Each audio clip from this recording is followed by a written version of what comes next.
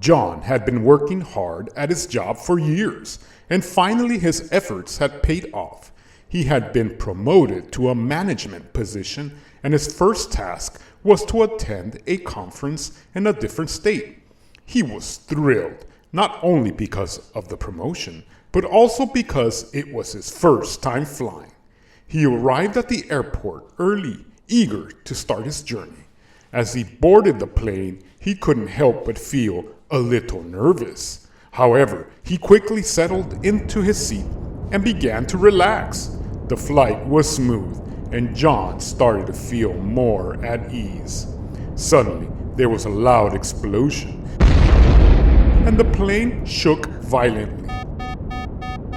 Panic set in as passengers screamed and cried out. John froze as he saw a hole forming in the inside of the airplane, and the air was being sucked out. Before he could react, he was violently pulled out of the plane.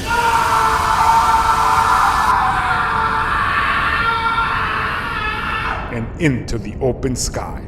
As he tumbled through the air, he knew he was going to die.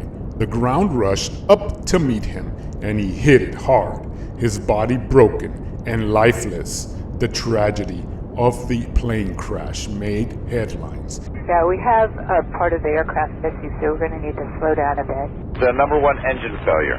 Okay, could you have the medical meet us there on the runway as well? We've got injured passengers.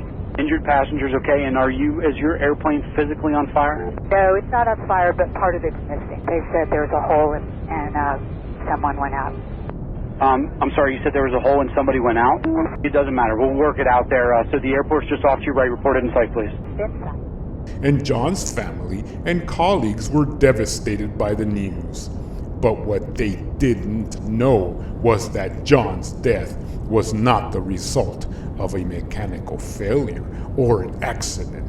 It was the result of something far more sinister.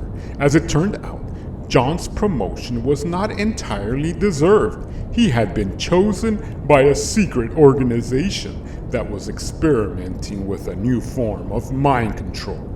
They had implanted a chip in John's brain that would allow them to control his actions and thoughts. The organization had decided to test their new technology by causing an explosion on the plane that would trigger the chip and force John to jump out of the plane. It was a cruel and inhumane experiment, but to the organization, it was just another step towards the goal of ultimate control. John's death was a tragedy caused by the greed and ambition of those who sought to control him. His family and colleagues mourned his loss, but they would never know the true horror of what happened to him.